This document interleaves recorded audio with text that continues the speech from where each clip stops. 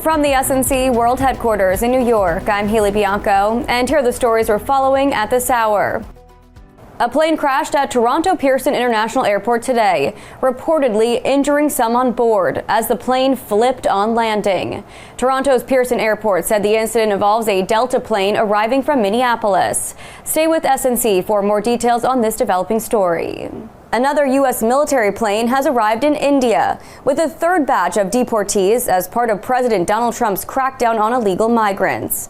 India's Prime Minister says India will take back any of its citizens living illegally in the U.S. Rebecca Bundin reports. Since President Trump took office, more than 330 Indians have been sent back, accused of entering America illegally. The latest expulsions have sparked renewed protests here after the deportees claimed that they too were shackled, just like the first batch of Indians who were sent back by the US earlier this month.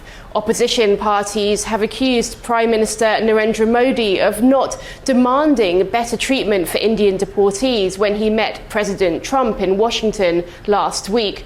New Delhi says it has been talking to US officials to ensure that Indians are not mistreated. Now let's check out today's closing bell numbers.